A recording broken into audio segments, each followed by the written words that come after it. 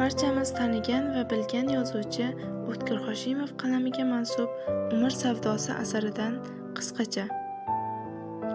Umr insonga bir marta beriladi, lekin har kim uni bir xil baholamaydi.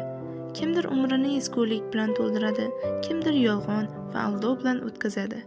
Kimdir orzular yo'lida kurashadi, boshqasi esa ularni vaqtinchalik manfaat evaziga sotadi.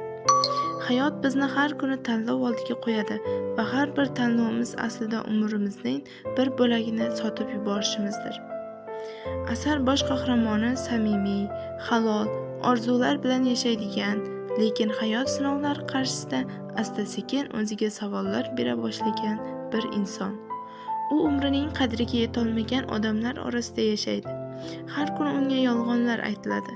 Har kuni undan orzular evaziga jim yurish talab qilinadi va u ham boshqalardek savatga bir narsa tashlab umr savdosi qilishga o'rganib boradi.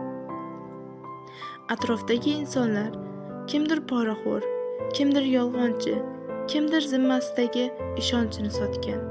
Ba'zilar uchun umr pul, mansab yoki qudrat evaziga almashinadigan oddiy bir vosita. Ammo bosh qahramon uchun bu tugamasin degan ko'zni to'ldiradigan orzu edi.